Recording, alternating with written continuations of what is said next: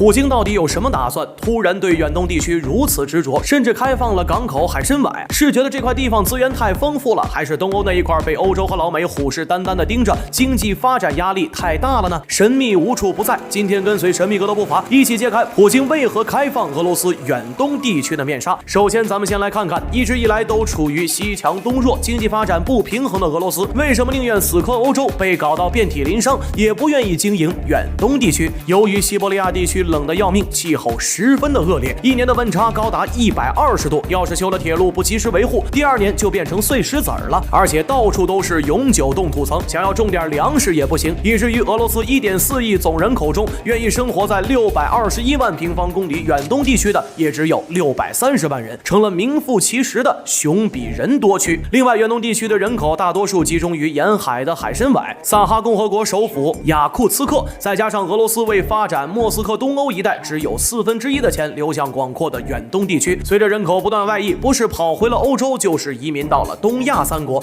俄罗斯还怎么去发展远东地区呢？普京为何会把俄罗斯远东地区给开放了呢？俄罗斯在波罗的海的出海口可都是当初疯狂扩张得来的，随着美国施加的压力越来越大，俄罗斯只能把出口的贸易路线放在了远东地区的海参崴港，即便是一天24小时不停歇的上货卸货，也难以满足进出口量。俄罗斯只好和我国签署共同开发远东地区的协议，说的通俗易懂点，我们给钱给技术，搞出名堂了，互利双赢。要是啥也没捞着，俄罗斯也不亏，亏的是我们。毕竟远东地区自古以来造血能力就不行，苏联时期能够发展起来都是靠钱砸出来的。现在的俄罗斯搁莫斯科那块都有点自身难保了，哪里来的闲钱帮助远东地区实现城市的产业升级呢？要不是美国步步紧逼，普京也不会想要开放远东地区，让我国和俄罗斯一起使用海参崴港口权。最明显的一点就是黑龙江跨境大桥的修建计划，中俄早在1988年就达成一致了，花费了31年才算正式合拢也就算了，要不是美国制裁力度加大，也不会在去年突然宣布正式通车了。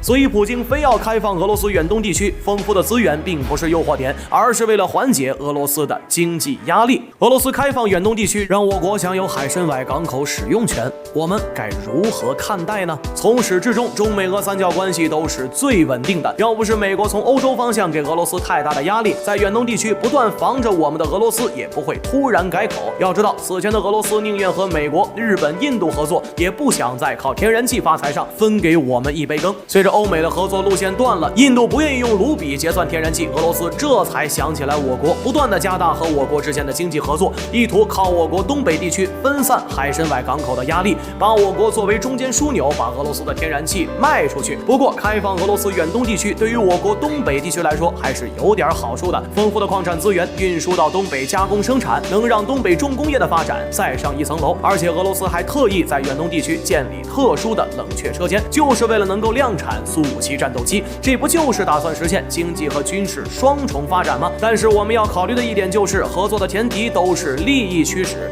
一旦俄罗斯又和西方国家握手言和了，远东地区又有可能成为弃子了。要是俄罗斯被解体了，远东地区可就真的要分家过了。本期视频就说到这里，关注神秘科普院，神秘哥带你解锁大千世界。